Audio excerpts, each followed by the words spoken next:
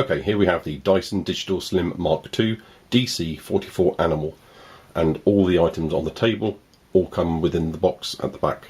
So we have here the main unit. This is a hand comfortable item. It's very well balanced because the battery is in the bottom part of the unit and the motor is on the top. I've got quite large hands, and even I find it quite comfortable to hold. You have here, you can see in red here, just between my hands and my index finger is a trigger, and the unit comes charged, so don't be surprised when you press the trigger and absolutely you straight away hear it doing some suction. There's a light on the top to show you that it's working fine. This will also give various other messages to you via blinking codes, etc. On the rear there is another button which has got max written on it, and when that's pressed in, not only does the top green LED come on, but this also illuminates to let you know that you've got the unit in a sort of extra and max high power mode. Let me just show you that. And there's again an increased sound as the motor revs to an even greater speed. Okay, you've got here the root cyclone patterning on the top here, which is what controls and shapes the air to give you that kind of cycling, no loss of suction cleaning that Dyson are famous for. This is the canister that holds all the dust and dirt. You have on the flip side a red trigger release, so obviously you want to be above a bin when you do this. It's a simple case of just sliding down a catch, and this swings free, doesn't come off the unit, and all the dirt and dust will fall out, and you can then just, again, it's quite a firm click that unit back in, and you've got yourself a nice empty Dyson vacuum cleaner. So this is really good, convenient size. It's well balanced. The weight, even though there is a bit of weight to this, it doesn't feel heavy because they balanced it very cleverly. There's no real weight to the front part. It's all around your hand. Okay, quickly talking about the other items on the table. So you can actually use the Digital Slim 44 in two modes. You can use it where you just attach the head directly to the short stumpy pipe there, or one of the tools. I've got them currently in the supplied wall mount. Let me just slide that out. So this is a very much more traditional stiff-ended nozzle for getting to nooks, crannies, etc., corners of stair carpets, etc.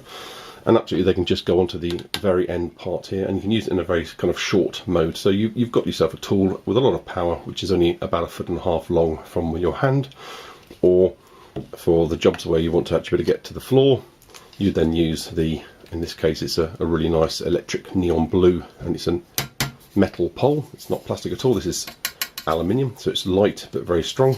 And then of course you've got yourself a long enough pole to be able to do these things from a standing position into the corners of your floor, around your skirting boards, etc. So you've got here quite a flexible length option. One of the other tools I've got here in the wall unit mounting bracket is a dual use tool end. So you've got what looks initially like just a brush. You've actually got a press button on the back here. If I press that, I can slide the bristles back up to the unit slightly, and I reveal then a harder nozzle for when you're doing, you know, for example, if I were to do my car seats, I would probably use a combination of the hard nozzle to get a good rubbing into the stitching of the upholstery in the car, and then finish off with the bristles, etc. So that's a dual use tool, and you again, just by pressing the button, can click it into operation, into use, whether as a brush end or a hard tipped end as the nozzle is.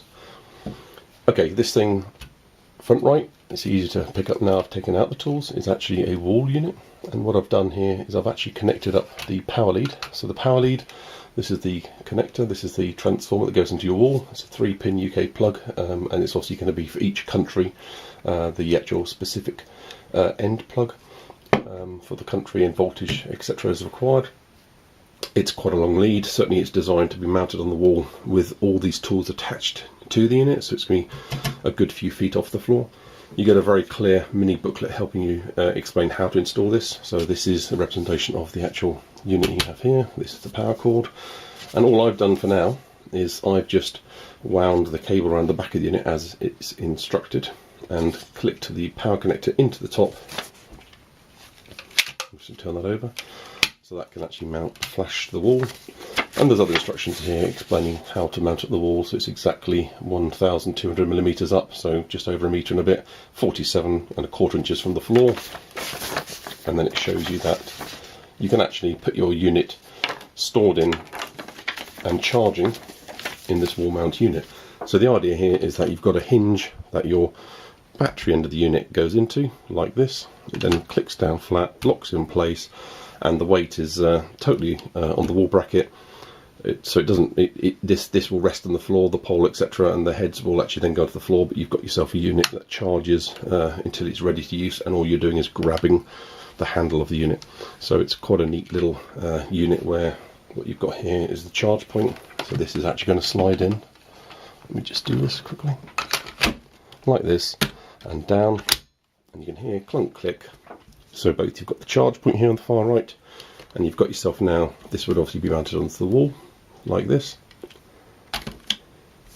Power lead, I'll move this out of the way a little bit. So you've got somewhere to store these tools. These click in. Of course, you can have your main long pole connected to the unit. If I get it the right way around, apologies. And on the end of that, of course, and that's why they're giving you a very specific measurement, you can have either one, but not both, of the power tools. So that whole unit there will actually go onto your wall, and then you've got a very easy to grab item. Let me just disconnect these things.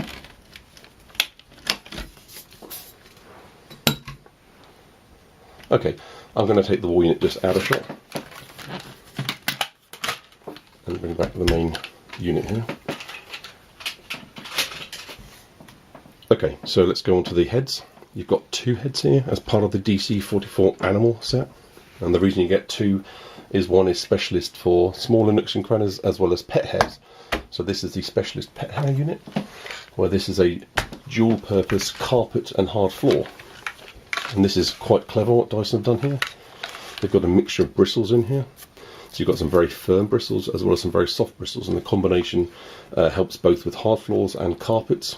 And Dyson's assurance is that you've got a deeper all-around cleaning head here. And Dyson typically, when they say they've done something, they do it. I of course will be testing this in use. And you've got quite an interesting thing here. Two things I think are particularly good about the main use head. One, it goes very, very flat, and that means you can get under furniture, sofas, under your dressers, under your skirt, under your sideboards, etc. You've got a really quite good clearance here where you can actually slide this, roll this unit underneath your furniture without any problems. You've also got, and I'm only doing this on a table, but you've got a really good hinge joint, which is both hingy and flexible, but these are actually also wheels. So actually it feels like you can really easily steer and maneuver this around. So that's going to be, I think, very easy to steer, and again, in use, that will I'll be able to prove that one way or another. Where the animal head is a little bit simpler. So it's quite a specialised tool. It goes very, very flush, very, very flat bottom to this unit, and you've then just got the longer brush hairs, and they're only red. So this is more specialised for pet hairs, etc. And a particular tool, and is often the way with Dyson animal ranges. Okay, one thing that these both have in common is the way that they connect to the main unit. So you've actually got two pins here and two pins here, and along the actual shaft of the unit you've actually got a socket and power arrangement here. Oh, sorry, banging it around there, do apologise for the noise. And again, you've got two pins here. So what you've actually done here, what Dyson have done here, sorry, is you've got yourself not just a unit that's supplying suction through this hole here, but you've also got power connections. So whether you have this on long or short mode, when I connect this item, this head, to the Dyson, I've now got myself not just suction going through here, but I've also got power to the end, and it's easier to see on the animal end. I've got here a motor, and the same in here. I've got myself motors in here, and again, this is not just an extension lead from point of view of length to give you convenience, and also allowing you to suck up dirt, dust, and grit, etc. through the floor, but it also has this discrete power connection that supplies power to these heads. So whether it's in short mode or long mode, so when I turn this unit on, not only have I got the suction going down here, but after only a very short delay, so once you've got the suction established, these will then also spin, but not because of some clever fan system, as the earlier units have done and alternative and competitors have done, but because it's actually got power to a motor.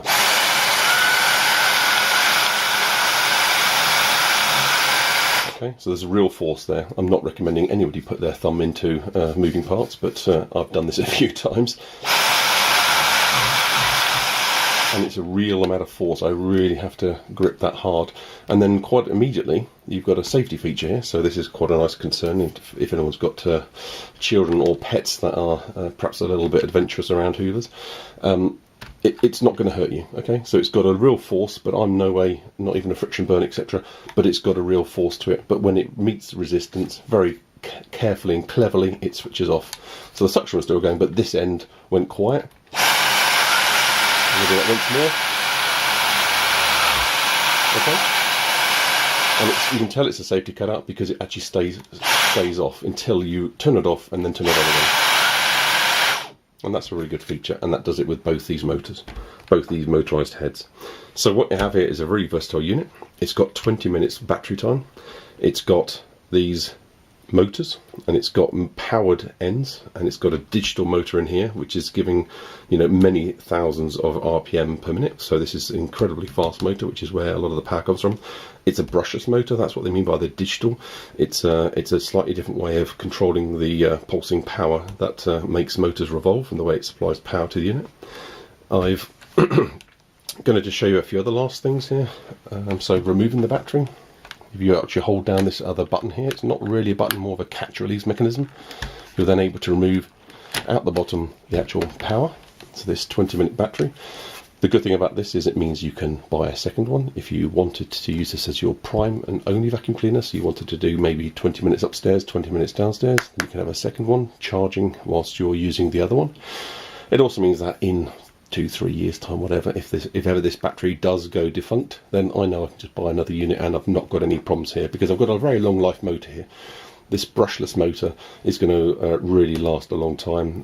There's a lot less wear, etc. on a motor, so it's not going to be like your washing machine where you're going to need to replace the motor every few years. Okay, in here you've now got open access to, and it's quite an important point, Dyson really do stipulate this in many ways. I'm going to quickly bring back the instructions. That blue box there says wash filter at least once a month, and this is the filter.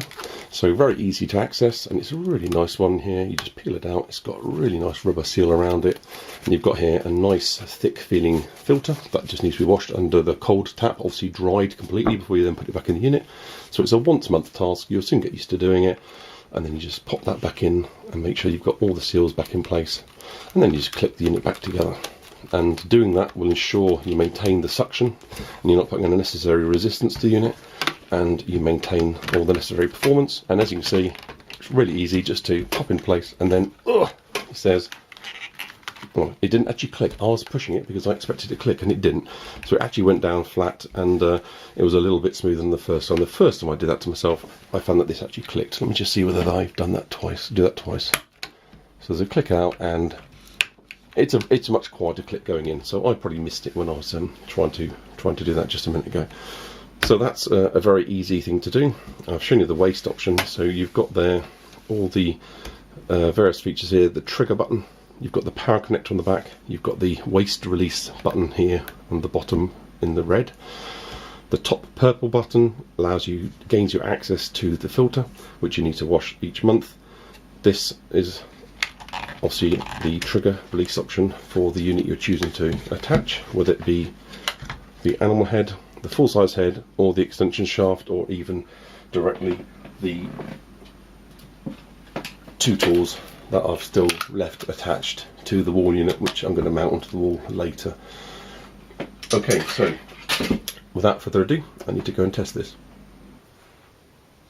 Okay, here we have the Dyson Digital Slim Mk2 DC44 Animal, and all the items on the table all come within the box at the back. So we have here the main unit. This is a hand comfortable item. It's very well balanced because the battery is in the bottom part of the unit and the motor is on the top. I've got quite large hands, and even I find it quite comfortable to hold. You have here, you can see in red here, just between my hands and where my index finger is, a trigger, and the unit comes charged, so don't be surprised when you press the trigger and absolutely you straight away hear it doing some suction. There's a light on the top to show you that it's working fine. This will also give various other messages to you via blinking codes, etc. On the rear there is another button which has got max written on it, and when that's pressed in, not only does the top green LED come on, but this also illuminates to let you know that you've got the unit in a sort of extra and max high power mode. Let me just show you that. And there's again an increased sound as the motor revs to an even greater speed. Okay, you've got here the root cyclone patterning on the top here, which is what controls and shapes the air to give you that kind of cycling, no loss of suction cleaning that Dyson are famous for. This is the canister that holds all the dust and dirt. You have on